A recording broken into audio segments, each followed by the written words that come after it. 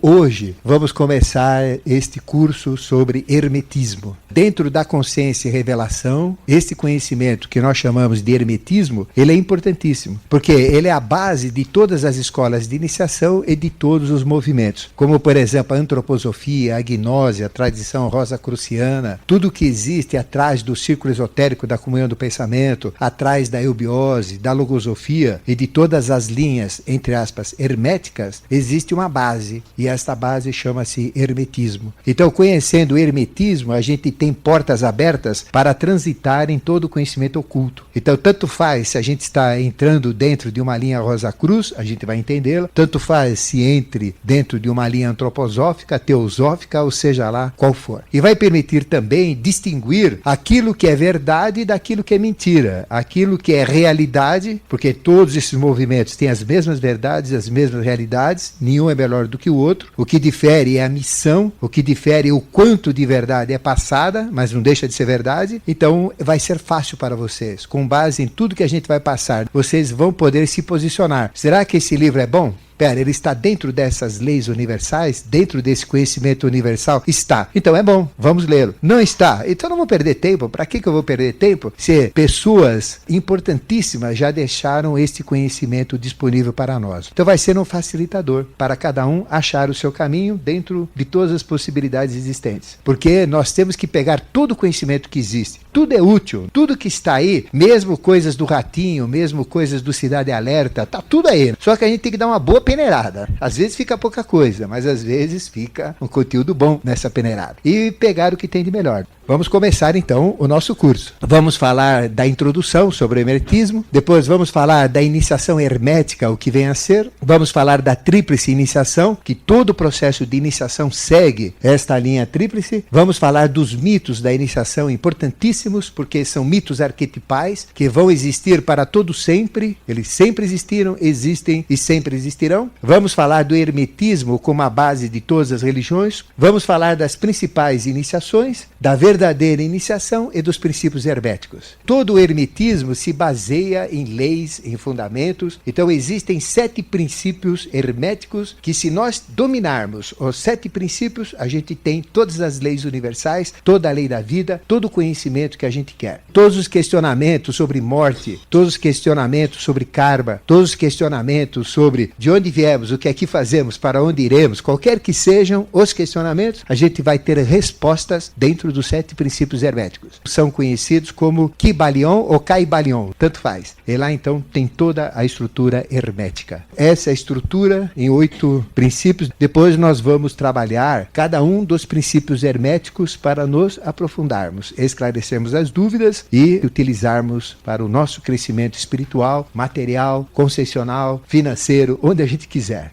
Esse nome hermetismo, esta palavra, vem do próprio Hermès. É uma filosofia que advém, ou que nos foi dada por Hermès. E Hermès, ele é conhecido como Trismegisto, o 3 vezes grande. Ou seja, ele é grande como corpo, grande como alma e grande como espírito também. E ele tem atrás de si, o hermetismo, esta palavra hermético. Você sabe o que significa hermético, né? Hermético quer dizer lacrado, fechado. Então é um sistema filosófico onde não entra nada, ou seja, nós não podemos pegar nada de fora, nada profano, que a gente vê nos livros profanos, e querer colocar dentro dos princípios herméticos. Ele não aceita isso, porque são inverdades, são achismos, são conhecimentos imperfeitos. O sistema hermético, ele é fechado, não deixa entrar nada lá dentro desse sistema, para não conspurcar e não sujar a sua essência de verdade. Mas, por outro lado, ele deixa sair tudo o que ele tem lá, para quem tem merecimento. Só que o sistema hermético, ele não dá tudo de mão beijada, porque não pode dar de mão beijada. Tem que ter merecimento. Nós podemos enriquecer o quanto a gente quiser, na proporção que nós enriquecemos aos outros, através da criatividade, através de um trabalho digno e honesto. Nunca enriquecer pisando na cabeça dos outros, provocando desgraça dos outros, que é um dinheiro até mal ganho, que traz mais dores do que alegrias. Mas à medida que nós fazemos com que os outros cresçam e a gente cresce mais ainda que os outros, então tá tudo bem, tudo é válido. E dentro dessa filosofia temos que ter valor, porque o hermetismo vai dar metade. E a outra metade, nós é que temos que conseguir. Se merece, ganha. Se não merece, não ganha. É um sistema que não entra de conhecimento nenhum. Não adianta falar de coisa atual. Não existe atualidade. porque os princípios herméticos são perpétuos. Eles sempre existiram, eles existem e sempre existirão. Daqui a 1000 anos, eles valem. Daqui a 10 mil anos, vão valer. Daqui a 100 mil anos, 1 milhão de anos, vão ser os mesmos princípios. Não mudam, porque são princípios. Então, os princípios são inícios, e o que vem depois apenas complementam os próprios princípios.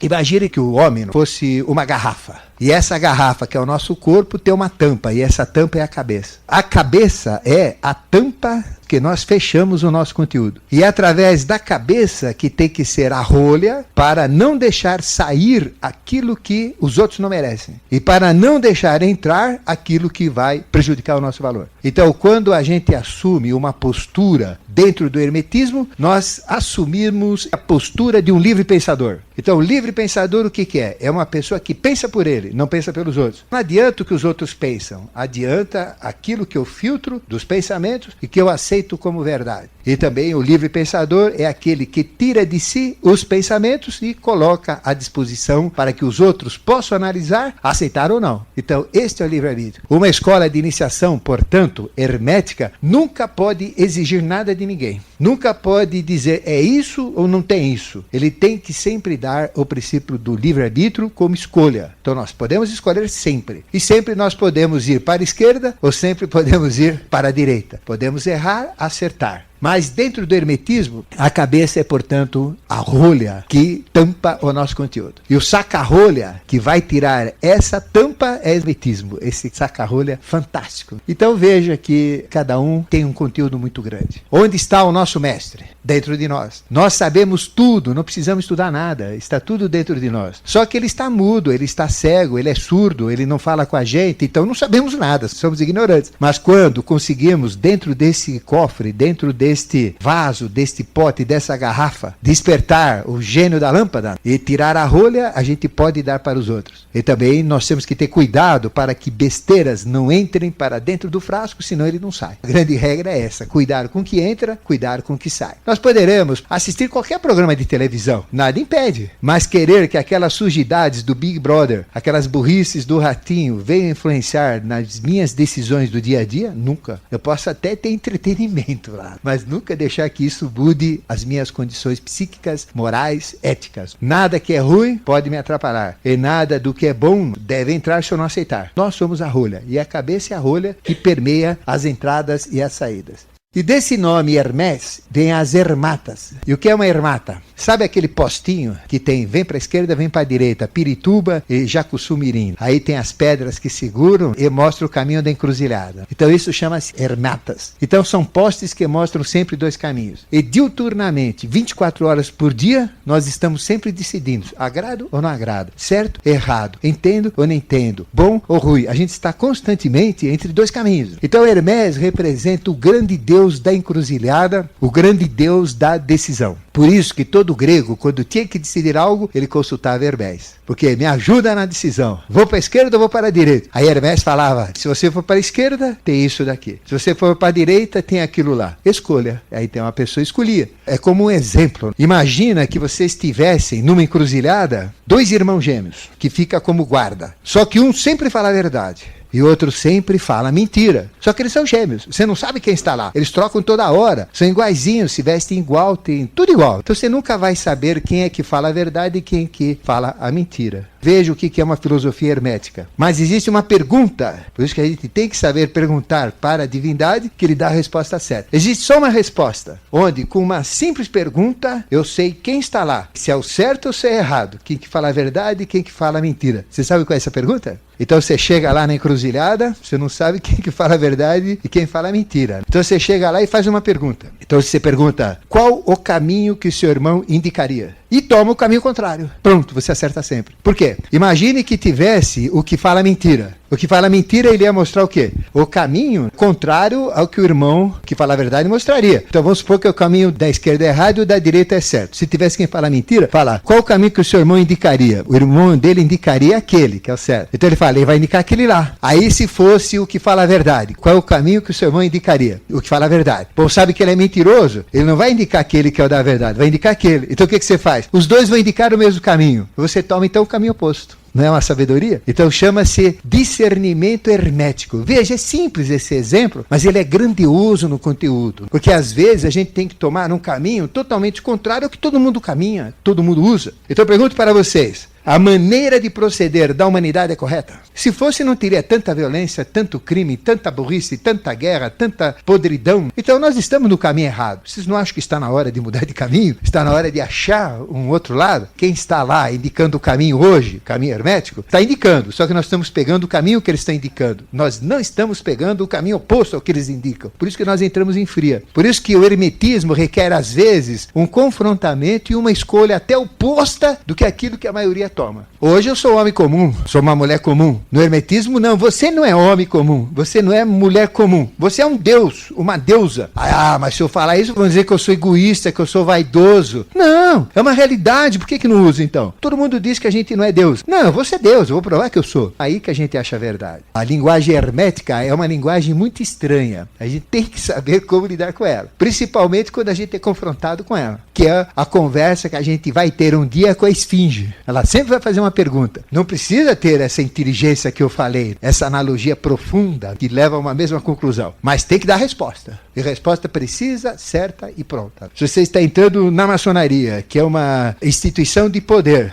não existe cadeira nenhuma, ele te manda sentar, o que você faz? Você tem que sentar. Aí se você fala, não, eu vou esborrachar, eu vou ficar tateando, você confia nele ou não confia? Está dizendo, senta, então você senta. Não vai cair não, porque você tem que confiar. Ou você confia ou não confia. Às vezes a gente é testado pela divindade. Ou você confia em mim, ou você não confia. Você confia? Tudo bem. Veja o que Deus fez com os maiores líderes espirituais. Mandou matar o próprio filho. Ele ia matar o filho, mas na hora que ele ia matar, ele falou, não, pera aí, eu só queria ver se você seguia e ia fazer. Você entendeu? Não vai fazer isso não, então salvaguardou o filho dele, mas ele passou no teste. Agora, se ele tinha raiva do filho, aí seria até uma alegria matá-lo, mas não era bem o caso, ele amava o filho. Então essas ermatas são esses postes que mostram sempre dois caminhos. E esses postes estão constantemente na nossa frente. Toda hora a gente está decidindo, vou para cá, vou para lá, faço isso ou não faço. E quem entra no hermetismo aprende uma grande coisa, a decidir. E quanto menos ele toma a decisão errada, quanto menos ele pega o caminho errado, mais ele evolui dentro do hermetismo. Ou seja, tem duas portas, da esquerda e da direita, qual que eu escolho? Da esquerda, entrei lá. Aí chego lá, tem mais duas portas, qual que eu escolho? Direita ou da esquerda? Da esquerda. Tem mais duas, da esquerda. Bom, eu posso estar me afastando da verdadeira saída e entrando num labirinto. Ou então, eu escolhi o da direita. Aí eu escolho o da direita. Escolho o da direita. Quem sabe eu não esteja chegando no caminho certo, a saída correta. Então sempre vamos ter isso. E o hermetismo coloca este confrontamento em todo momento para todas as pessoas. E é muito importante isso. A gente aprende a decidir, aprende a ver a vida, aprende a entender a polaridade. Então eu pergunto para vocês, existe Deus, não existe? Existe o diabo, não existe? Então quem criou Deus e quem criou o diabo? Aí já começa o questionamento. Tudo que existe, tem pessoas que aceitam Deus, mas não aceitam o diabo. Mas ele existe. Se não existisse o diabo, não existia Deus. Se não existisse Deus, não existia o oposto dele. Então é um caminho duplo. E todos nós estamos nessa encruzilhada de decisão entre o certo e o errado, estamos sempre decidindo 24 horas por dia. Até quando a gente dorme, a gente decide. Se a sogra continua, se a sogra não continua. E Hécate é pior ainda do que Hermés. Então a mulher tem 3 caminhos, não tem 2. Porque tem o marido e o filho. O homem não, é sempre 2. O homem é esse ou aquele. Muito simples ele. Ou eu fico com o filho ou eu fico com a mulher. A mulher não. Ela quer ficar com o filho e com o marido, que é o certo. Então a mulher não tem 2 caminhos. A mulher tem mais do que o homem. Ela tem 3 caminhos. E o princípio da decisão é Hécate. Por isso que Cérbero, que é o cão de 3 cabeças, representa Hécate. Quando nós falamos de Lilith, é a própria Hécate. Então, dentro da encruzilhada da mulher, tem 3 caminhos. Tem ele, ela e o ou. O que será esse ou? É o terceiro caminho da mulher. Mas, de uma maneira geral, ela está no mesmo jogo polar do homem. Hermetismo é, portanto, aquilo que Hermés criou, que é esta filosofia, esta ciência, este conhecimento magno. E Hermés Trismegisto é o mesmo Tote, é o mesmo Mercúrio dos romanos. E ele tem uma linguagem chamada linguagem das meias palavras. Ele dá metade e o restante o discípulo tem que se virar para conseguir. E se ele buscar, ele recebe ajuda para conseguir. E existe o mito de Hermés que permite ter este conhecimento. Na realidade, Hermés é o deus psicopompo, aquele que acompanha depois da vida a morte e que leva a alma no seu julgamento, no seu confrontamento, na sua vida pós-morte. Ele é conhecido como Deus Deus mensageiro. Dentro da Umbanda, o Hermés é o Exu. Alguém gosta de Exu? Ninguém gosta de Exu, ninguém entende Exu, todo mundo tem medo de Exu, acha que é azar, acha que é isso. Mas quando a gente fala de Hermés, nós estamos falando de Exu. Então Exu não tem nada com o diabo. Exu não tem nada com o anticristo. Exu é aquele que abre caminhos, é aquele que ajuda na decisão. É aquele que te mostra caminhos e você escolhe. Pode ser caminho bom, pode ser caminho ruim. Mas grande parte dos umbandistas querem o quê? Querem matar a sogra, querem roubar marido, quer roubar a esposa, quer que o cara que está num cargo morra, quebre as pernas para você assumir o lugar dele, querem ganhar coisas ilícitas, coisas que não são éticas. Aí o Exu mostra o caminho como fazer isso. Mas se a gente quiser o outro lado, querer o bem... Vocês já viram macumba desejando amor, alegria, saúde, felicidade? Já viram? Por que não? A mesma coisa, seria uma boa cumba. Deveria ter a boa cumba também nas encruzilhadas. E o Exu funcionaria do mesmo jeito. O princípio é o mesmo, a magia é a mesma, só que a finalidade é contrária. É o Deus psicopompo pós-morte, é o Deus mensageiro, ele faz a tessitura, a conexão do humano com o divino, é o Deus que abre os caminhos para nós, que mostra as possibilidades, e é o que mais protege o ser humano. Então nós temos um grande protetor para nós, que é Hermés. Tanto ele nos protege que deu até a sua filosofia para a gente poder evoluir rapidamente no dia a dia. Ele é Deus também padroeiro dos viajantes. Então quem viaja, ele é o padroeiro. Vocês vão saber por que já, por causa das ermatas, que ele mostra os caminhos. Mas ele é Deus dos ladrões, que ele foi o primeiro Deus ladrão da história. Hoje está cheio aqui, o que tem na política de ladrão, de deuses. A gente fala, por exemplo, rouba mais faz, não vou dizer quem, vocês imaginem, vocês têm criatividade. Então é Deus dos comerciantes, porque ele faz o comércio do divino com o terreno. Então ele consegue fazer comércio, consegue negociar as coisas. E ele é Deus dos curadores. Por isso que o símbolo dele, que é o caduceu, está presente nos selos da medicina, na farmácia, está presente em tudo. E ele é o pai de todos os verdadeiros esotéricos com S. Exotérico aí são bruxas, são outras coisas. Mas ele não, ele é dos verdadeiros esotéricos, dos verdadeiros espiritualistas. E Hermés, Tote ou Mercúrio, podemos dizer que é o grande iniciador do gênero humano em todas as linhas religiosas, filosóficas, conscienciais, tudo o que existe.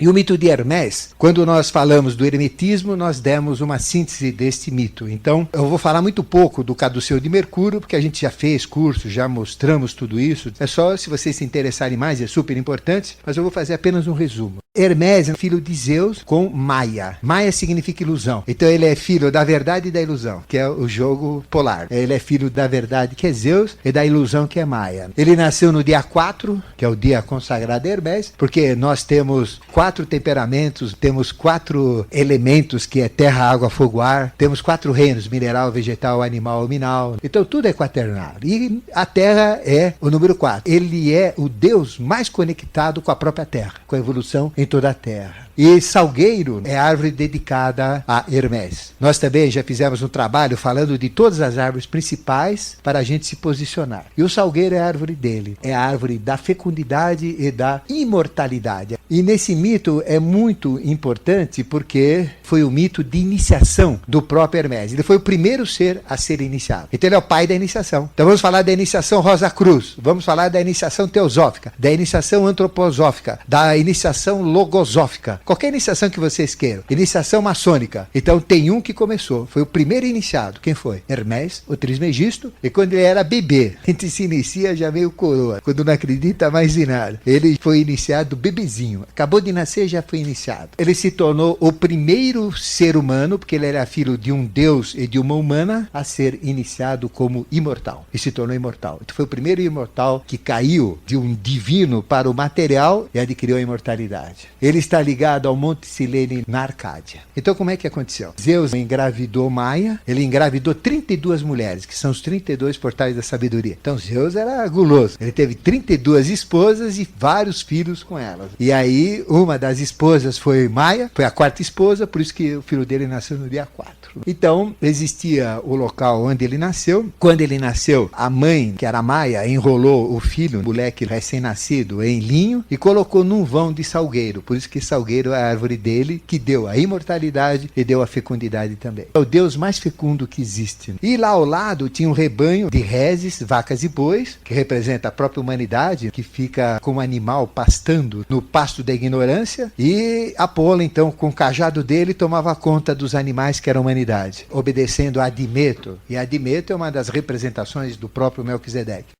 Então ele estava lá tomando conta da humanidade. O que faz Hermès? Bebê, ele se livra daquelas roupas de bebê, vai lá e surrupia, rouba 2 animais, um macho e uma fêmea, e leva embora para sacrificá-los na gruta de Pilos. Então ele amarra restos de árvores, folhagens, no rabo das reses, e à medida que elas vão batendo o rabo, vão apagando a pista, ninguém sabe para onde o moleque levou. Então ele era engenhoso. E lá então ele cortou em 12 pedaços e sacrificou aos deuses, e com isso ele se tornou primeiro imortal. Esses 12 pedaços significam os 12 temperamentos, significam os 12 signos. Cada um de nós tem que nascer nos 12 signos do zodíaco e vencer todas as dificuldades que cada signo tem e usufruir de todas as facilidades que cada signo tem. Que não tem ninguém que vai deixar de ser sagiotário. Todo mundo vai ser sagitário, todo mundo vai ser de gêmeos, todo mundo vai ser de câncer e assim por diante. Porque temos que vivenciar todas as possibilidades humanas. E ele vivenciou isso na iniciação recém-nascido. Ou seja, ele representou todas as personalidades, todos os signos, todas as possibilidades. E depois o que ele fez? Ele enterrou os restos, pegou a tripa das reses, pegou um casco de tartaruga e fez uma lira. E veio lá, molecão, andando lá, cantando e tocando a lira. Então Apolo, quando encontra esse moleque, viu pelas tripas, reconheceu o animal que tinha sido roubado. Ladrãozinho de meia tigela, você me roubou, você não pode fazer isso, você não podia ter roubado 2 reses minhas. Então representa que ele transformou a vaca e o boi como seres humanos ignorantes em verdadeiros deuses através dele, que é o processo da iniciação. Então você roubou, aí ele não roubei, roubou ou não roubou? Aí foi a confusão, chamaram Maia, Maia chega, mas como? Esse moleque acabou de nascer, como que ele fez isso? É impossível, não aceito. Aí começou a mãe a defender o filho. Aí Apolo, que sabia tudo, chamou Zeus, que sabia tudo também. Aí chegou Zeus com a sua cabeça e falou, moleque, não minta, eu tô sabendo de tudo. Você roubou? Não, não roubei. Mas você roubou ou não roubei? Não, não deixei de roubar, mas não roubei. Sabe como é que é, né? Então começou a enrolar Zeus. Aí Zeus falou, não, você vai me prometer agora que nunca mais você vai roubar. Ele falou, não, eu não posso prometer isso. Eu posso prometer que possivelmente eu não roube. Então ele começou a enrolar Zeus, que ele nem dizia sim, nem dizia não. Então ele começou essa linguagem das minhas palavras. Ele não aceitava, mas também não deixava de aceitar. Ele prometia, mas não deixava de não prometer. Então ele começou com uma linguagem de meias palavras. E aí vem este processo da linguagem hermética das meias palavras. E o verdadeiro saca-rolha da iniciação é exatamente o hermetismo, porque ele tira esta rolha e permite a saída do mestre do nosso interior e trazer toda a sua essência, todo o seu conteúdo como consciência. E esse saca-rolha, ele é forjado no calor e no fogo do amor universal do altruísmo. Então nós temos que ter altruísmo. E com a tenacidade, a dureza da ética, e com a têmpera, com a envergadura, com a flexibilidade da própria moral. Este é o princípio que nós chamamos do mito de Hermès. E a iniciação hermética é a iniciação que está atrás de todas as iniciações que existem, atrás da teosofia, da eubiose, da Rosa Cruz, do que vocês quiserem. Então existe muita fantasia e muita realidade. É muito comum na Rádio Mundial a gente ver eu sou iniciado. Se fosse não falaria. Então já é fria, mas que iniciado o quê? Iniciado o quê? De que ser iniciado? Então conhecer o iniciado não é fácil não. Conhecer o iniciado é chegar perto dele e sentir felicidade, é sentir amor, é sentir altruísmo, é sentir liberdade. Então quando a gente chega perto de um iniciado, tudo muda na nossa vida. A gente entra em êxtase. Agora, esse pessoal, a gente chega perto, sente dor de cabeça. Então, não tem nada de iniciado ali. O pessoal não sabe o que é iniciação. Porque a iniciação é algo muito maior do que o pessoal pensa. Existem muitas fantasias, muitas irrealidades, e existe uma verdadeira iniciação. Onde o verdadeiro iniciado tem um comportamento totalmente diferente. Que são os mestres da humanidade. E eles não têm discípulo. Então, se alguém diz para vocês que ele é mestre, que não seja mestre de escola de samba, que não seja mestre curandeiro, que não seja mestre de mestrado de faculdade, então mestre de professor, mas ele diz que ele é mestre espiritual, cai fora que é fria, porque quem é não fala. A gente sempre fica com o pé atrás de quem se intitula de iniciado e de quem se intitula mestre, porque os que são não falam. Este é o grande ponto. É fácil reconhecer. Se falou, não é. E se não falou, pode ser. Não quer dizer que seja. Então, existe uma verdadeira iniciação. E toda verdadeira iniciação iniciação, ela entra dentro de um processo através de cerimônias, através de práticas, através de mecanismos, onde cada um de nós faz comprometimentos. Nós nos comprometemos com o quê? Com a sociedade? Com a instituição? Com o mestre? Com alguém? Com algo? Não. Quando nós nos comprometemos, a primeira regra é não se comprometer com nada e ao mesmo tempo se comprometer com tudo. Como é que a gente faz isso? Quando nós prestamos um juramento, e todos têm que jurar quando se inicia, faz parte do processo, senão não vale, porque no momento do juramento a gente vai jurar que está entrando naquele processo, que está entrando naquele nível, que está entrando naquela condição, a gente se carrega de forças psíquicas, forças emocionais e cria um ambiente onde estas forças espirituais plasmam, fluem através da pessoa e ela entra registrada dentro da iniciação. E a partir de então, o que acontece? Muita coisa. Por exemplo, o anjo da guarda, que somos nós mesmos, a inteligência que me criou é meu anjo da guarda. Então, como é que é o meu anjo da guarda? É exatamente igual a mim, que é meu mestre, que é quem me criou, que sabe tudo sobre mim. Mas além dele, desse daí que está meio dormindo, vem um outro, auxiliar o processo. Fica acordando esse que está lá dentro e fica atuando em cima de mim. Então, nós temos proteções internas e proteções externas. Nós passamos a ser protegidos, passamos a ser orientados, passamos a ser encaminhados dentro do processo da própria iniciação. Quando o juramento é fiel, é verdade, só existe uma maneira de jurar. Nunca jurem para ninguém. Eu juro em nome de João da Silva que eu vou ser fiel na iniciação. Isso não existe, é fria, cai fora. Eu juro para a instituição Capapimba de Paruxá que eu sou seu filho, sou iniciado para todo sempre da vida. Nunca jurem para nada, nunca jurem para ninguém. Jurem apenas para a minha consciência, que é o meu mestre. Então juro para mim mesmo, para a minha consciência, que eu vou chegar lá. Eu confio em mim eu tenho meu Deus e meu Deus me levará onde eu quero. Então o juramento ele é feito na nossa própria consciência e nunca na consciência de ninguém, instituição nenhuma. Isso tudo é fria, só dá encrenca e não leva a nada.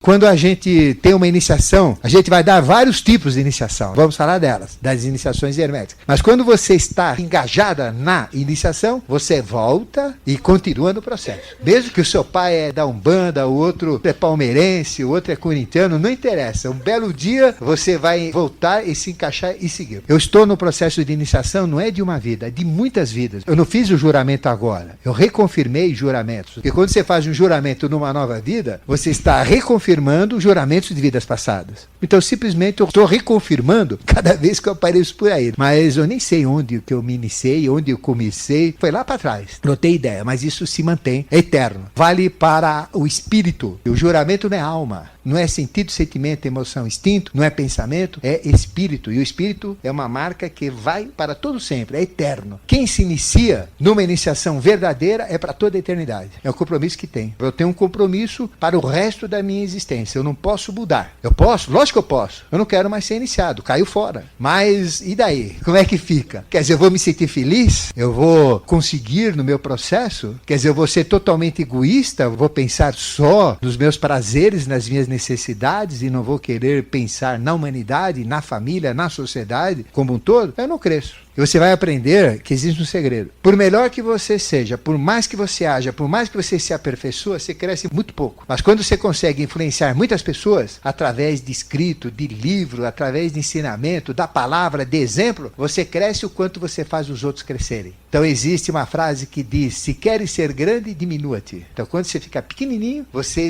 reconhece a sua pequenez, porque quanto mais a gente estuda, mais burro fica, porque aumenta a nossa capacidade de medir a nossa ignorância e de medir o quanto falta. Quanto mais eu aprendo, mais eu vou ver que falta mais ainda. Aprendi mais, falta mais ainda. Aprendi, falta mais ainda. A gente se distancia da sabedoria plena. Mas esse distanciar é perante Deus. Quanto mais eu estudo, mais eu me afasto de Deus. Mas me afastando de Deus, eu estou me distanciando da humanidade. Conclusão, eu estou chegando nele por uma forma de entendimento da minha pequenez, porque Deus é infinito. E pela minha pequenez, eu vou me diminuir cada vez mais e vou chegar lá, em toda a grandiosidade. Mas ela é perpétua. O mecanismo da iniciação funciona assim, com um juramento, com uma postura, a partir de agora estou na iniciação. Pronto, acabou. Aí está. É algo pessoal, não adianta pagar, não adianta fazer curso, não adianta dar dinheiro, não adianta nada. É um problema de fórum íntimo de cada um. Porque tem gente que entra em iniciação, sai de iniciação e não é iniciado coisa nenhuma. Tem gente que nem está no processo de iniciação e é mais iniciado do que quem está lá dentro. E dentro dessa iniciação hermética, todo o processo é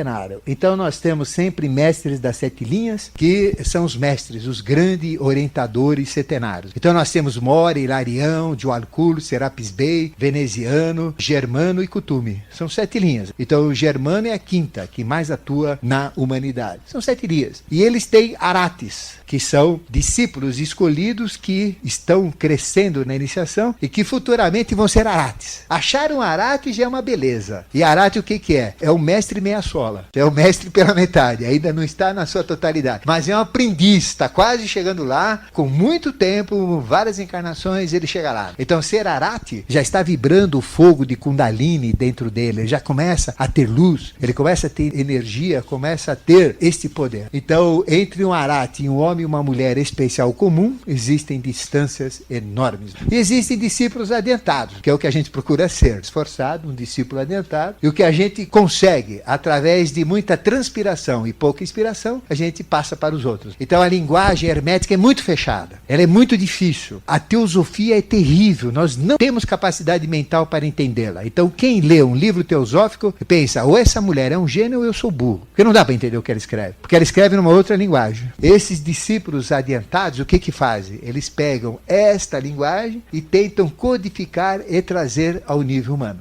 Então, uma das funções que eu tenho é isso, pegar um conhecimento que não dá nem para falar de tão complexo que é e transformar numa linguagem aceitável, embora difícil, embora árdua, mas que dá pelo menos para dar uma engolida nela. E aí vem os aprendizes, né, que são aqueles que buscam esse conhecimento, vem os discípulos, que é aqueles que entram no processo da iniciação, os ascetas, que querem crescer nos graus do conhecimento, e os neófitos, que querem aprender coisas novas. E cada um de nós é um disso daí, ou é um aprendiz, ou é um discípulo, um asceta, um neófito. Cada um tem a sua necessidade. E é sempre importante quando a gente fala de hermetismo, porque nós estamos abrindo as portas da iniciação para vocês. Quem sabe existem presenças aqui? Lógico que tem. Porque quando a gente fala de Hermésio Trismegisto e abre uma estrutura dentro de uma escola de iniciação, que agora virou uma escola de iniciação aqui na consciência cósmica, a gente está criando possibilidades de alguma consciência maior passar a mão no queixo e falar, pera aí, aquela menina, aquela mulher, aquela senhora, aquele cara, aquele homem, aquele senhor, aquele garoto, não sei, leva jeito, será que eu vou investir naquele lá? Bom, vocês estão feitos. Porque vocês vão ter toda uma inspiração, vão ter toda uma ajuda que vem de uma maneira muito forte e que vai fazer com que vocês subam rapidamente na iniciação. Comigo aconteceu isso, não sei porquê. Aí ele falou, esse daí leva jeito. E eu espero que não esteja decepcionando. Mas é lógico, a gente tem apoio, a gente tem ajuda, a gente tem um resguardo, porque eu recebo muito ataque de magia negra. Muito, você não faz ideia. Mas graças a Deus não entra nada, porque a gente fecha a situação e não entra mesmo. Quantos casos eu já tive de entidades que ficam no quarto meses e meses querendo me matar, querendo me destruir, querendo me atormentar. Vou dormir e falo,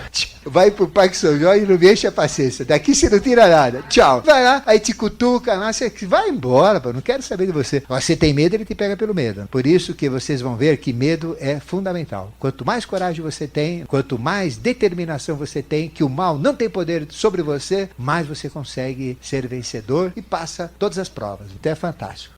Então existem 5 tipos de pessoas que buscam a iniciação. Existe um que é curioso. Aqui dentro tem algum curioso? Lógico que tem. Mas existe curioso bom e curioso ruim. Tem curioso que vem aí só para fuçar, para ver, pô, mas o que tem naquela porta? O que tem debaixo do sofá? O que tem ali? O que tem ali? Então ele entra no processo de iniciação tentando achar coisas. Ele não vem com aquela curiosidade do que é a iniciação, que é uma curiosidade sadia. Aí o que acontece? Ele não satisfaz a curiosidade porque tudo é fechado, tudo é escondido, ele cai fora, ele vai embora. Existe outro que é indiferente, tanto fez como tanto faz. Eu vou lá porque não tenho nada a fazer, não tem jogo do Palmeiras, eu vou lá. Aí o que acontece? Tem carona, tá fácil, ele tá lá, tem facilitador, o marido traz, o marido leva, então eu vou lá. Vamos ver o que é esse negócio. Então é indiferente, não está ligada. E a indiferença faz com que ela não entre na própria iniciação. Existe aquele que é cético, duvida de tudo. Ele vem aqui para duvidar. Aquele 4 olhos não me pega. Aquele 4 olhos não sabe nada. Aquele 4 olhos só fala bobagem. Aquele 4 olhos é louco, saiu do hospício, tá aqui, ninguém percebeu. Duvida de tudo. E se ele é cético, ele não pode ter certeza nem sequer de ser cético. Porque o cético duvida de tudo, não pode ter certeza de nada, então ele não pode nem ter certeza de que ele é cético. Esse é um coitado, tem que ir pro Juquiri, já foi. Nasce de novo, comece tudo outra vez. Existe o fanático que faz da iniciação a bandeira da sua vida. Larga tudo e fica lá dia e noite e tal, vai, pratica, faz 100%, tudo que tá. Ele cresce violentamente. Mas o seu fanatismo fecha os seus olhos e ele passa a não enxergar mais nada, confunde tudo, vira míope. Iniciação. iluminação. Então ele vira escuro vidente, não vê mais nada. E ele para no patamar e fica naquilo. Aí ele atormenta, azucrina, ele é palpiteiro e no final faz dificuldade, ele acha que chegou no máximo. Aí ele se diz iniciado. Quantos eubiotas eu conheci? Eu tive mais de 30 mil discípulos na minha vida, é muita gente séria de todos os tipos, e muitos se acharam iniciados. A gente falava, mais baixo, vai mais devagar, como aquela propaganda. Não é bem assim, ele dizia, eu sou iniciado. Eu falei, deixou de ser. Só isso, deixou de ser. Faz de conta que é, como que se fosse, mas não é. Não é bem assim. Então, cuidado. Então, o fanático é complicado. Esse é complicado. O fanatismo é complicado em tudo. E tem aquele que é o verdadeiro buscador ou buscadora da verdade. Eu estou aqui para quê? Quero saber de onde eu veio, o que é isso, para onde eu vou, o que é Deus, o que é esse tal de Melquisedeque, quem é, que existe anjo mesmo? Vamos lá, mas não com ceticismo. Não, quero ver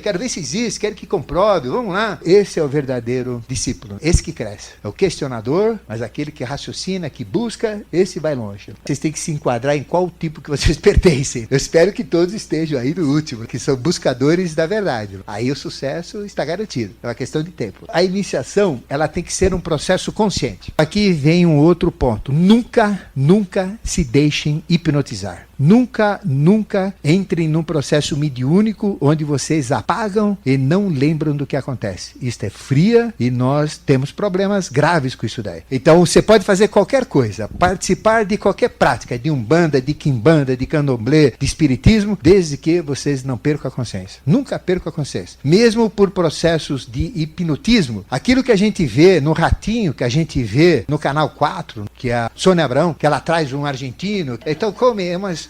E o sujeito come uma cebola, pensando que é uma maçã, aquilo é magia negra pura, mais nojenta e asquerosa. Eu sinto vontade de vomitar quando eu vejo isso. Desculpe o termo. É magia negra pura. Porque nós nunca podemos subjugar ninguém. Se dá uma de Rasputin. Então chega lá, barbudo, feio que dói, joga aquele olhar macabro, a mulher fica hipnotizada, vê o Tony Bandeiras, vê o Brad Pitt, e aquele buchão leva e se aproveita dela. Como fazia Cleópatra. Cleópatra era assim. Todo mundo pensa que era ela linda de morrer. Porque lembra da Elizabeth Taylor? Mas era o maior bucho, o maior travaco de canhão. De tão horrível que era a mulher, desproporcional, não tinha nada de feminina, era um bicho feio. E no final encantava todos os homens com essa magia. O hipnotismo é altamente condenável. Não podemos nos hipnotizar. Não podemos deixar que a nossa consciência caia fora por qualquer processo que seja. É perigoso. Porque Hitler perdeu a consciência. E Hitler não era o que ele foi. Quando ele perdeu a consciência, ele recebeu uma carga do próprio anticristo que entrou dentro dele e passou a ser o Hitler que vocês conhecem. Deu um estalo na cabeça dele, ele caiu duro, aí já viu o que acontece. Então, quando a gente tiver qualquer problema, fecha um olho para apagar, mas fica com o outro aberto vendo o que acontece. Toda a prática que tira a consciência, que hipnotiza e que manipula a mente das pessoas é fria. Existem mestres por aí que ficam exercendo essas influências nas pessoas. Isso é a coisa mais asquerosa que tem. Nós não podemos dominar ninguém. Só podemos dominar uma pessoa. Sabe quem é? Nós próprios. O resto, esquece. Querer demonstrar poderes, querer hipnotizar, isso não dá certo. Mas, para fins médicos, o hipnotismo é certo. Agora, você é hipnotizado para vidas passadas. Você vai receber lixo dentro de vocês que vão te colocar conceitos dentro de vocês que não tem nada a ver com a vida de vocês. Mas, provavelmente, com a vida da mãe, da avó, da bisavó, da tataravó, sua vida feminina. E nessas regressões de vidas passadas, elas existem, mas são processos especialíssimos que devem ser conduzidos por alta espiritualidade e não por curiosos. Nunca deixe se hipnotizar, nunca use hipnotismo. Mas se forem médicos, psiquiatras, se uma pessoa é tão nervosa, tão desequilibrada, você precisa não dominar essa pessoa no processo terapêutico, mas você leva no estado alfa, onde a pessoa ela se equilibra, ela calma e ela vai soltando as coisas de dentro de si. Você não está dominando essa pessoa. A pessoa é ela e ela está naquele estado para te soltar as coisas. Então aí vale, não tem problema nenhum. Um psiquiatra, um psicanalista, não tem nada contra. Desde que não queira ser o bom, vou dominar essa mulher, ela é minha. Vocês já viram o que acontece com pessoas que hipnotizam? Começa a ter uma identidade de personalidade. Os vícios do hipnotizador passam para quem é hipnotizado. Se quem está sendo hipnotizado não fuma, e quem hipnotiza fuma, ele vai fumar logo em seguida. Na terceira hipnotizada já está fumando. Se é uma pessoa que tem ética moral, e eu sou imoral, faço bagunça à noite, daquelas mais sólidas, sórdida, na gandaia toda noite, e vou hipnotizar a pessoa, o que acontece com ela? Ela vai receber influências morais e vai entrar na gandaia e vai me achar na gandaia. Por quê? É influência. Nós não podemos, porque é terrível. Agora, se vocês forem hipnotizados por um mestre, por um santo, por um ser especial, a gente sai ganhando. Mas eles não fazem isso. Por quê? Porque nós não temos esse merecimento. Toda iniciação é consciente. Não tem apagar, não tem receber um santo.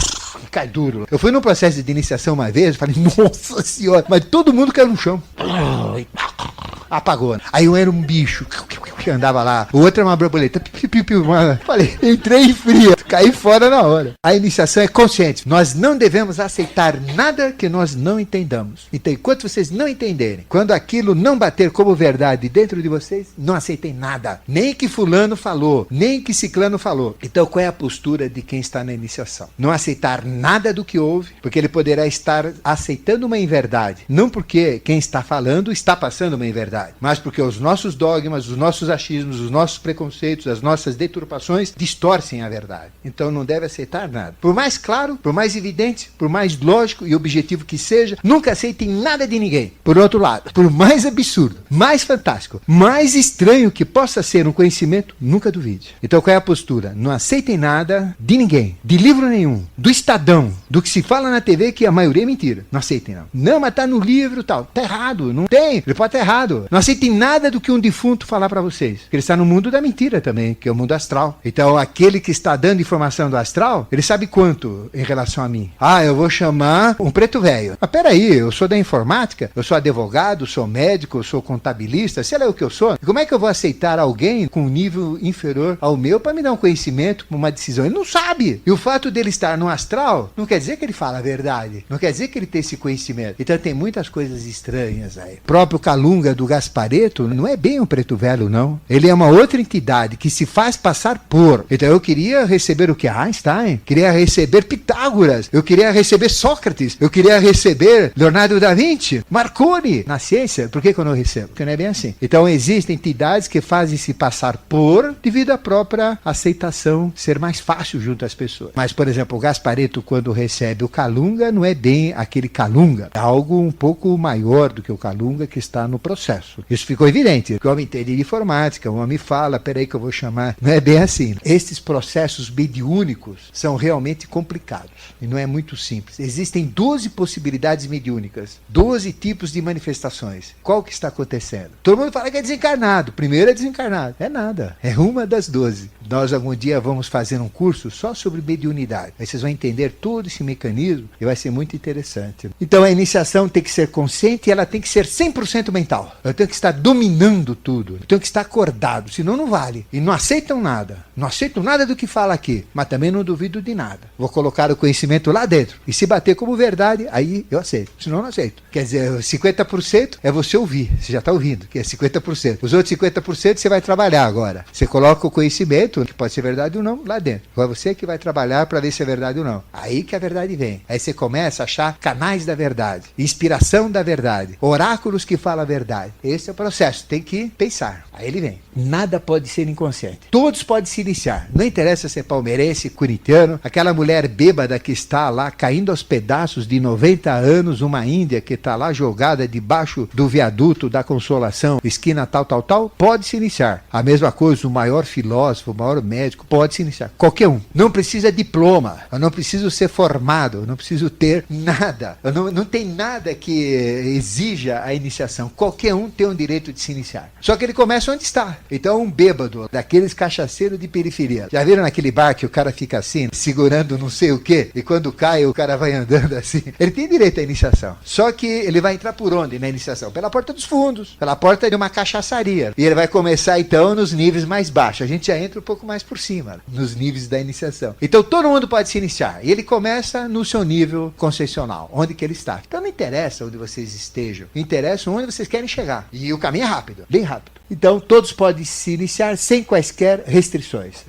A iniciação é polar e ela trabalha em toda a manifestação. Existe iniciação das trevas, iniciação ruim, iniciação da luz, iniciação boa. Você que escolhe. Como? As forças da magia são as mesmas, as entidades são as mesmas. O que muda é a intenção. Se a minha intenção é prejudicar, vai ser uma iniciação da esquerda. Se a minha intenção é construir, vai ser uma iniciação da direita. Por isso que nós temos que sempre, na iniciação, buscar o bem, o belo, a ética, a justiça e a moral, porque automaticamente, com toda a nossa imperfeição, mas como a gente busca isso, independentemente dos nossos erros, ai padre, eu pequei, aí nem saiu da igreja, já pecou com o sacristão, ai pai, pequei de novo, com o sacristão, nem saí da igreja, não faz mal. O que importa é a intenção. Então se a minha intenção for da direita, embora eu erre, eu estou no caminho da direita. Tem pessoas que estão na iniciação, aí não pode pecar mais, não pode cometer nada errado. Nossa, ele vira um escravo. Às vezes a gente precisa dar uma pisada na bola para tomar uma bordoada e tentar revalorizar as coisas, desde que não traga sequelas e problemas. A iniciação, ela tem esse aspecto da polaridade. Se a gente for querer que todo mundo aqui fosse perfeito para começar a iniciação, não tinha ninguém para ser iniciado. Eu erro, eu posso errar quanto eu quiser, eu posso não saber nada, posso ser ignorante, posso fazer confusão em tudo, mas eu quero chegar lá, eu quero ir para lá. Interessa é isso. As hierarquias respeitam as nossas limitações. Pode ficar tranquilo.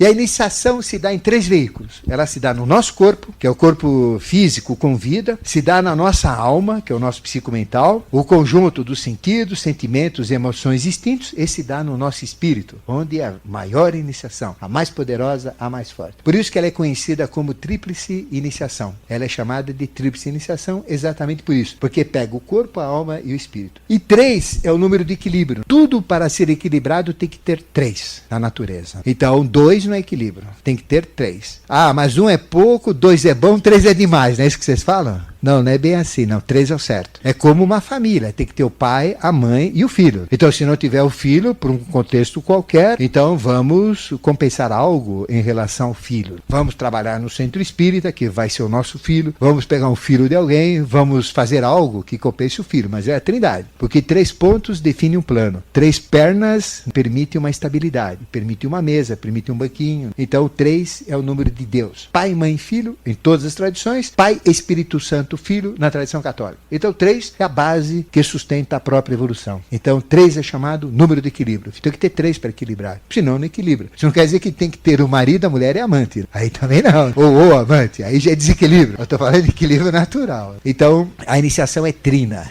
E vamos trabalhar um pouquinho sobre a iniciação para a gente entender. A tríplice iniciação. Então existem 3 regras da iniciação. A primeira regra, o adepto se faz. Ele não é feito por ninguém. Não adianta a gente querer comprar iniciação. Ou seja, contratar um personal initiator, que ele vem te dar uma iniciação particular, aí você inicia, paga grana, etc. Isso não existe. Se faz como? Recebendo metade e buscando a outra metade. É a lei hermética. Então iniciação não é comprada. Iniciação não é roubada, iniciação não é emprestada, não é alugada, não é herdada. A iniciação só tem uma maneira, é conquistada. Não tem negócio na iniciação. Ah, mas eu te dou um cheque de 5 mil reais para as crianças pobres do Brasil. Eu vou me iniciar. Vai nada, não vale nada isso daí. Então o que vale é transformação pelos seus próprios esforços. O segundo ponto é sigilo absoluto, ou seja, os iniciados se calam. Por quê? Ah, eu recebi uma mensagem, eu vou falar para todo mundo, para a sogra, para o vizinho, vou falar para o ratinho. Não, não é bem assim. Porque se a gente falar algo superior, que só eu tenho direito, e eu falar para outra pessoa que não tem direito, eu acabei de perder o meu direito. Então, sua matraca, sua boca de traíra, sua língua solta, você não tem que falar nada. E aí o que faz o iniciador? Simplesmente sai de campo. Eu cometi esse erro. Demorei muito para voltar, porque eu não sabia dessa regra, não me explicaram direito. Então fui castigado. Passei por uma experiência fantástica. E fiz uma besteira de falar para uma pessoa que não devia. Mas eu pensei que devia. A gente erra na vida. Já falei, aí brecou e brecou mesmo. Até voltar, haja chão. Mas voltou. Então, sigilo absoluto. Ficou claro por quê? Porque não existem 2 pessoas com a mesma iniciação, no mesmo patamar, no mesmo nível, com o mesmo merecimento. O que eu passo não é de todo mundo, é meu. Isso não é egoísmo, é uma questão de é dado aquilo que cada um suporta, que é capaz. Por isso que quem está debaixo da ponte pode começar a se iniciar. E quem está no mais elevado grau da espiritualidade também pode entrar na iniciação. Qualquer um. Só que o que é dado dado para quem está debaixo da ponte é muito menos do que quem está lá em cima. E quem está lá em cima dá para aquele que está debaixo da ponte, é errado, não pode ser dado. A iniciação tem que ser conquistada. É a primeira regra. Uma está dentro da outra. E a terceira, não se preocupem. Vai ser o mês que vem.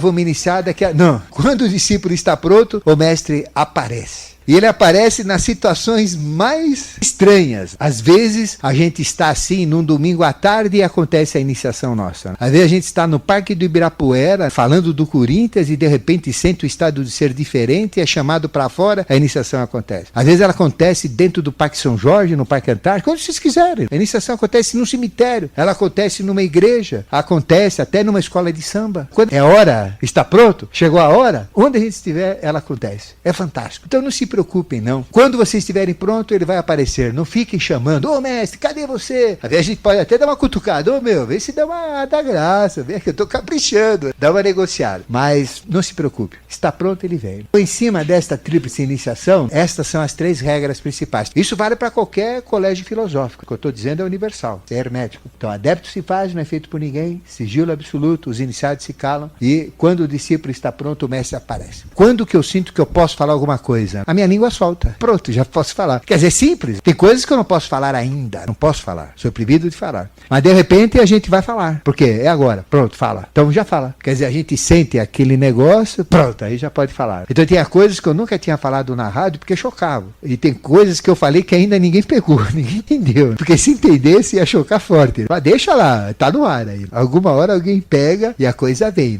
Ele fala com a gente, primeiro, ou então externo, que existe o nosso mestre interior que às vezes está dormindo, preguiçoso, bicho lá. Ou então ele não confia muito na nossa personalidade. Às vezes a gente é assim, nós mesmos não reconhecemos a nossa identidade. Se eu não aceito o mestre interno, que eu tenho um mestre interno, dificilmente ele vai se manifestar, porque eu não aceito. Quer dizer, eu nem penso que ele existe. Eu não sinto que eu tenho isso dentro de mim. Eu sou um saco vazio, não tem ninguém lá dentro. Então ele está dentro do vazio, dentro desse saco vazio. Aí o que faz a pessoa? Ela vai começar a depender de mestres externos. Aí o mestre externo vai suprir esta falta, suprir esta inconsciência, esta ignorância que a pessoa tem e vai começar a atuar. Até que começa a atuar, começa a tomar conta e o cara fala, peraí, esse pedaço é meu, cai fora que agora tomo conta eu. Aí ele vem e se manifesta. Você está pronto. Não foi ele que aprontou, foi o outro. Então ele fica ali. Agora, e normalmente, sabe o que acontece? É exatamente o que eu falei. Então o nosso mestre fica dormindo lá. Fala, deixa esse boboca se virar aí. Vamos ver para onde que ele vai. Vamos ver o que ele vai fazer. Aí vem aqui, aí vai na Umbanda, vai no catolicismo, vai na Seixonoye, vai lá aqui, vai lá, vai crescendo, de repente ele acha um caminho, pensa certo e começa a ir. Aí então vem gente de fora, começa a ajudar, porque ele vai atrás, ele vai buscar, ele está lá fora, porque ele está pensando que tudo é lá fora. A ignorância é dele ou dela. Mas de repente cai a consciência, não é aqui dentro. Aí ele vem, pronto, chegou. Puxa, até que enfim, demorou, hein? Mas chegou. Esse mestre é assim que ele funciona.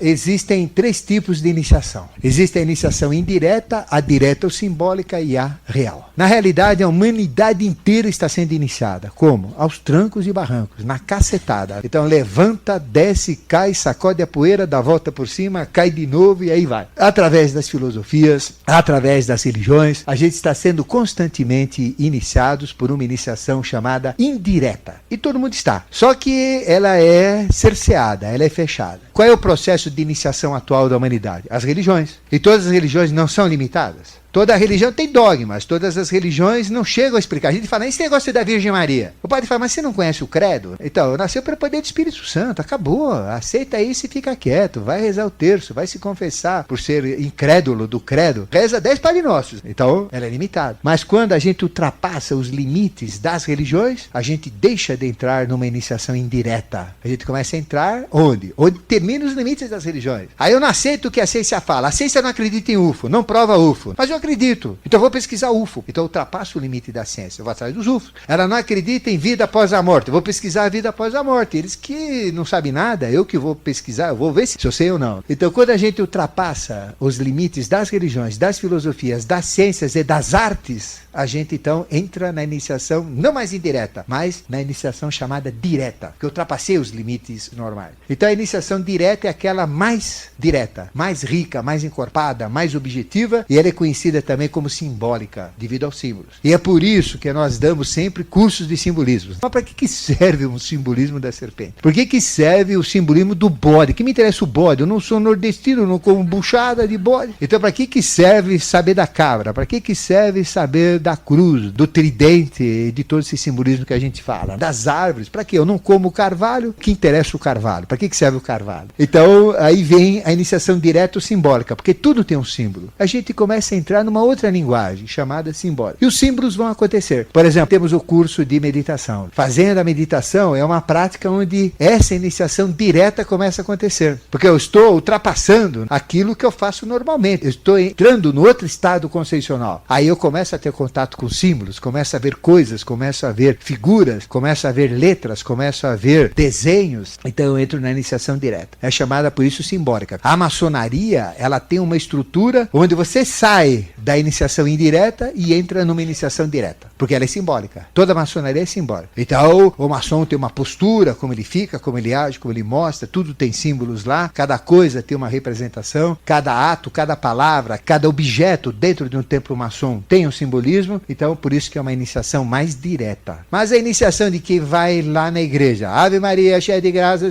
Pai nosso que está no céu, não sei o que lá, blim blim, blim blim, ajoelha, blim blim, blim blim, levanta, blim blim, blim blim, ajoelha. Quer dizer, hora de comer, vamos lá todo mundo, ai Jesus, que entra instante. Quer dizer, é uma iniciação indireta, ele não está entrando dentro da hóstia, ele não está entrando dentro das realidades crísticas. Então tá lá por ir, porque senão ele vai para o inferno. Então ele vai lá. Agora, existe o inferno? Ele vai para o inferno se não for na missa? Então, se for verdade, quantos que estão no inferno? Porque muitos vão fisicamente, mas não estão na missa. É pior ainda, é complicado. Mas existe uma terceira iniciação chamada real, onde a gente entra na realidade, onde a gente entra dentro do símbolo e a linguagem simbólica começa a fazer parte da nossa vida. Chama-se, portanto, iniciação real. Real de valor, tem muito valor isso daí. Real de realidade, porque a gente entra na realidade. E não existe diferença, como a gente sempre fala, da realidade e da verdade de Deus. Porque Deus é verdade. Verdade é realidade. Então, quando eu entro na realidade, eu entro na verdade. Quando eu entro na verdade, eu entro em contato com Deus, porque não existe religião superior à verdade. A iniciação real é a iniciação magna, maior. Por isso que chama-se yoga real, que é a yoga que leva na iniciação real. Ou seja, é uma maneira de cutucar o nosso mestre, é uma maneira de cutucar as forças espirituais e uma maneira de achar portas, que vocês vão achar. É uma questão de tempo, é uma questão de persistência. Por que vocês não acharam até agora? Muitos já acharam. Então, por que vocês não abriram essa porta? Vocês têm que ter o merecimento. Bom, mereci, me esforcei, tô lá, abriu, entrei, pronto. É um instante, entrei, acabou. Ela aparece na hora. Não vem todo um cerimonial, o sujeito bate, tum, tum, tum, aí tem que entrar. Agora, plum, já tô na outra, pronto. A hora que eu vou ver o espiritual, simplesmente eu passo a ver. Até agora eu sou cego, eu não enxergo nada, eu sou escuro vidente. Como é que eu me torno clarividente? Deixo de ser escuro vidente, passo a ser clarividente, começo a enxergar. Eu nunca vi aura, de repente eu tô vendo aura, nossa, a aura dela. Aí de repente eu nunca vi isso, nossa, eu tô vendo isso. Nunca vi um anjo, de repente eu vejo um anjo. Eu nunca vi uma energia, de repente eu vejo energia. Eu nunca ouvi um perfume, eu começo a ouvir perfume. Eu começo a cheirar por tato. Tá falando, nossa, que coisa maluca, cheirar tato, ouvir perfume, mas não é cheirar perfume. A gente começa a entrar em estados de percepção incríveis, fantásticas, e a gente entra dentro de uma realidade. Ficou claro os 3 tipos de iniciação? Em qual que vocês estão? Qual que vocês querem entrar? Vocês têm que entrar na real, mas por enquanto a gente está numa direta, numa simbólica, que já é uma grande coisa. Ou seja, eu aceito todas as religiões. Tanto é que eu fiquei orgulhoso hoje, porque o Edir Macedo usa meu nome. Então eles falam, até os ocultistas, como Ademar Ramos, lá da Rádio Mundial de São Paulo, falam que Jesus vai ser o avatar, vai ser a figura maior para todos os tempos. E é isso que eu falo. Agora, Edir Macedo usa isso como maneira de fortalecer as suas próprias verdades. Não é maravilhoso isso? A gente exercer uma influência dessa? Eu fiquei bom, falei, não sabia disso. Porque tem uma rádio evangélica, toda hora estão falando o meu nome lá, em rádios evangélicas, coisa boa. Falei, mas estão falando bem ou mal? E se falar coisa ruim, eu tenho que dizer que não foi bem isso, o entendimento não é isso. Não, coisas boas. Não é gratificante isso? É uma concordância por aqueles que são os mais fanáticos, que também tem o seu valor. Não vamos deixar de dizer que não tem. Então, cada povo tem o governo que merece. Cada discípulo tem o iniciador que merece. Se for Edir Macedo, vai ser Edir Macedo. Se for Cutume, More, Hilarião, São Germano, aí é outra história.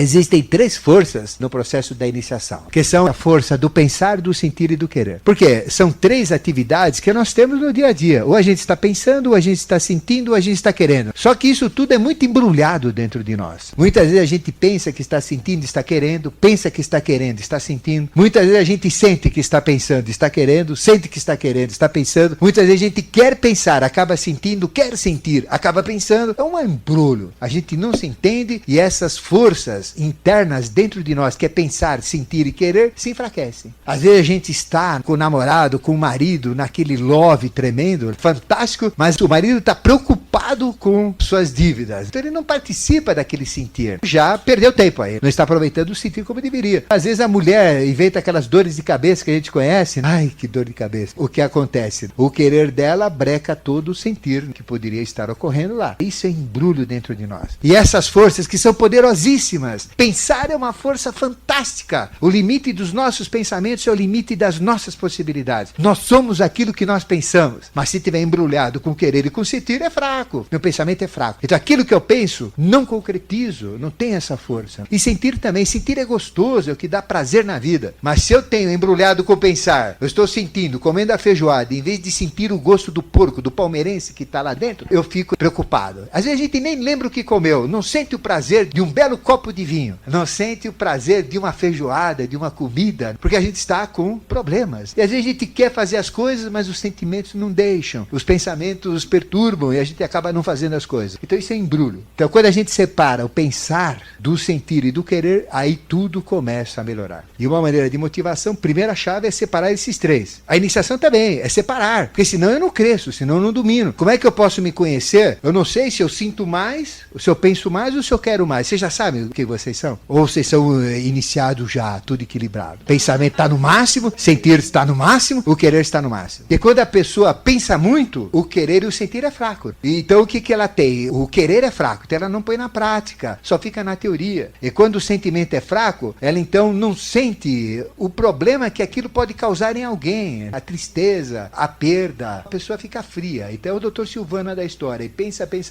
mas não põe na prática tudo, tem ideias mirabolantes, algumas põe, mas também não sente nem pena de quem está no contexto. Quem trabalha com armas tem esse tipo de personalidade. Vou fazer uma granada para matar 50, estourar 50 soldados, na altura, que é para mutilar mesmo. Então, em vez de ser 20, agora vai ser 50. Então vão ficar 50 viúvas infelizes aí. Quem pensa assim, não tem sentimento e não tem querer para brecar isso. Outro problema é o sentir. Quando a gente mais sente do que pensa ou mais sente do que quer, onde o sentir predomina, o que acontece? As mulheres têm muito disso. E muitos homens também, focados mais no sentimento do que no pensamento. Então o sentir vence tudo, vence até o pensar. Pouco importa o que meu pai pensa, minha mãe pensa, a sociedade pensa. O que interessa é que eu sinto. Nós respeitamos quem erra, quem mata, quem rouba, mas somos contra o roubo como corrupção. Isso sim. Então é isso que a gente luta. Agora veja, se o sentir predomina, é uma vítima dos vícios. Aí vocês vão entender por que uns são viciados e outros não são. Porque se predomina o sentir, o querer é fraco. Ele não consegue lutar contra o vício, porque o sentir é mais forte. Então o querer dele é fraco, pronto, é dominado pelo vício. Aí ele não vai pensar que ele está se matando, que ele está se destruindo, que vai ficar impotente. Maconheiro vira impotente. Ele não está pensando nisso, porque ele está sentindo o prazer da maconha, falso prazer. Então não pensa, só quer sentir. Não pensa e não tem força para lutar contra. Pronto, é o triângulo típico de um viciado em droga. E tem outro que o querer é muito forte. Ele quer muito, mas o pensar dele é fraco e o sentir é fraco. Vocês já viram aquelas mulheres que de manhã pegam a vassoura e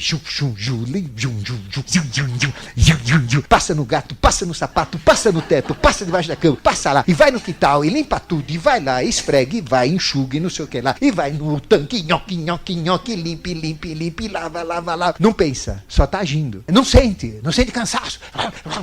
Sua, mais água para o tanque. Então são pessoas que só atuam, não pensam. Cabeça vazia o dia inteiro. A minha mãe teve um período assim. Um dia eu cheguei, para, ué. Aí ela levou um choque. Aí ela caiu em si. Falei, vai rezar. Ela foi rezar. Aí começou a mudar. Ave Maria, mas por que eu tô rezando? Precisa pensar um pouco. Para de trabalhar, mulher. Você não para. Vocês conhecem mulheres assim? Formigas? Só trabalham. Porque sentir é pouco. Não sente cansaço, não sente nada, não sente raiva. Mas nem raiva do marido, mas nem raiva de quem sujou. Quanto mais suja, mais feliz ela tá pra limpar. Não pensa naquilo que ela faz. Porque o querer predomina. Então é automático. autômato, não vive. Já viram pessoas catapum, bum, bum, catapum, bum, bum, catapum, bum, bum, catapum, bum, bum, bum, bum, catapum, bum, bum, catapum, catapum, bum, bum. Nas fábricas, já viram? Não pense e não sei. É produção, 200 por hora. De repente passa uma moça bonita, cortou o dedo. Acidente de trabalho. Quer dizer, não pensa. Às vezes põe a mão lá dentro. Pronto, já foi. São pessoas que não pensam, porque se ele pensa, não tem acidentes. Por isso, empresas onde tem uma enorme quantidade de acidentes de trabalho, são funcionários que não pensam, funcionários que não sentem nem raiva do patrão, para não trabalhar tanto. Sua máquina, falhou qualquer coisa, em vez de catapum, ele faz catapum, foi o dedo. Nós não podemos ter uma dessas forças predominantes. São dois erros. Primeiro, embrulhados, ela se auto-enfraquece. Terceiro, uma ser mais forte do que as outras. Então, qual é o segredo? Ter as três forças separadas. Então, o que diz o processo de iniciação? Separar. Pensar é pensar, tem nada a ver. Querer é querer, não tem nada a ver. Sentir é sentir, não tem nada a ver. Vamos trabalhar os três isoladamente, para fortalecer cada uma delas. Então, primeiro, desembaralhar. Segundo, fortificar. Então, se eu sou fraco em pensar, vamos botar pensamento aí, gente. Vai ser difícil. 2 neurônios, um fala. Mas de repente acende o neurônio. De repente vem mais um. Fiz uma conexão. Fiz 2. Fiz 3. Daqui a pouco são milhões que estão em conexão. Pensa, começa a pensar. Então, a iniciação provoca isso. Ver onde nós somos fracos para crescer. Então, se nós somos fracos no pensar, sabe o que vai acontecer? A gente vai ser questionado, vai ser levado a decidir, a pensar, e a gente começa a crescer. De repente, começa a aprender a pensar. A gente tem que ser pensador, porque a iniciação é formar livres pensadores. Então, a gente vai crescer o pensar. A gente vai aprender a sentir da maneira correta, vai aprender a querer, porque querer é poder, é a força do mago, a força de um adepto. Então, elas têm que ser separadas e intensificadas uma a uma ao seu máximo potencial para serem perfeitamente isósceles e equilibradas entre si. Então o processo da iniciação trabalha com essas três forças. É exatamente isso que eu estou falando para vocês. E à medida que eu trabalho pensar, eu desenvolvo a mente. Não esse embrulho que a gente tem no dia a dia. Às vezes eu estou indo para um lugar, nem sei porque eu estou indo lá, de repente eu esqueço. Quer dizer, a gente vive que não tonta. Não, eu penso exatamente o que eu quero, sinto exatamente o que eu quero sentir e eu faço, ajo exatamente como eu tenho que agir. Então isso desperta poderes maiores. Aquele pensar isolado e pensar mais forte desenvolve uma mente poderosa. E a gente tem uma mente fantástica. Muitas pessoas falam, como é que você armazena tanta coisa? Como é que você sabe tanta coisa? Eu não sei nada, eu sou mais burro do que uma porta. Mas por que a gente armazena? O pouco que armazena? Em cima de uma mente isolada. Que é hora de gravar, chega! Não tem sentir. É hora de sentir, sair de baixo. A caipirinha desce redonda. Gostosa. Vocês já viram aquela propaganda? Achei genial. Que pula uma mulher bonita assim na garganta do sujeito, aí pula o homem todo dando trombada pra lá, pra cá, quadrado. Então seria amar cerveja, né? Então, hora de sentir, hora de sentir. Mesma coisa, um sentir trabalhado devidamente desenvolve uma emoção muito forte. Quando a gente sente tristeza, ela é muito mais forte do que uma tristeza embaralhada. Mas é uma tristeza dignificante, que a gente chora uma vez só, chora profundamente e acabou. Não fica aquele que chora, não chora, vai que não vai, engasgar, porque fala e porque engasga. Não, chorei, pronto, acabou. Mas a gente domina. E quando tem vontade separada, ela cresce, ela passa a ser férrea, determinante, poderosa e a gente consegue tudo o que quer dentro da vida. Esse é o grande segredo. A iniciação faz isso, desmembra, dissocia as nossas capacidades para equalizá-las e para potencializá-las gradativamente. Então pensar vira uma mente poderosa, o sentir vira uma emoção fortíssima, o querer uma vontade fantástica. E gradativamente, quem tem uma mente separada, uma emoção separada e uma vontade separada, é um discípulo já. É um discípulo que está caminhando. E quando ele se torna um arate, aí ele não tem mais mente. Ele tem um mental abstrato. Ele não raciocina mais. Ele não pensa mais. Ele não estuda mais. Ele não lê mais nada. Pega a cabeça lá no mundo do conhecimento e capta o que ele quer e traz para cá. Então o mental arrúpico é esse mental onde não existe mais a dúvida, não existe mais pensar, a mente é comparativa, não existe nada disso. Eu ponho a cabeça dentro de um buraco na transição do mental concreto para o abstrato e o anjo, que é inteligência, são inteligências, vão colocando o conhecimento aqui dentro. E eu tiro a cabeça de lá, tem tudo dentro de mim. Esse é o mental superior de um arate, de um discípulo avançadíssimo. A emoção vira intuição. Vira Buda, a gente começa a ver os acontecimentos, começa a sentir as coisas ruins e que vão acontecer, sentir as coisas boas que vão acontecer, que é uma emoção fantástica, uma emoção divina, uma emoção que permite até mostrar os acontecimentos que ainda vão ocorrer e que ninguém muda, que sempre vão ocorrer daquela maneira. E o querer, que saiu de um desejo, que é uma vontade quase nula, que virou vontade no discípulo, ela passa a ser Atman. E que Atman? É a continuidade de consciência, a vontade crística. Então Cristo o que fez para Pedro? Ele andava em cima das águas, era o caminho das pedras ocultas, ele conhecia as pedras, estava andando. Não, brincadeira, mas ele andava sobre as águas, porque ele tinha vontade. Então ele tinha os anjos que ficavam lá, Jesus, banana, e se comeu muito. Os anjos ficavam segurando lá embaixo, e ele andava. Aí chegou Pedro, vem, eu vou afundar, não sei nadar. Ô pescador de minha tigela que nem nadar sabe, venha homem de pouca fé. O que ele fez? Não vou. Então ele teve medo de andar sobre as águas. Jesus falou, vem, não tem problema. No final ele andou também. Ele fez todos os milagres que Jesus fez. Porque é a Timã, a vontade que transforma o homem num Deus, uma mulher numa deusa. Então são três forças que o hermetismo trabalha.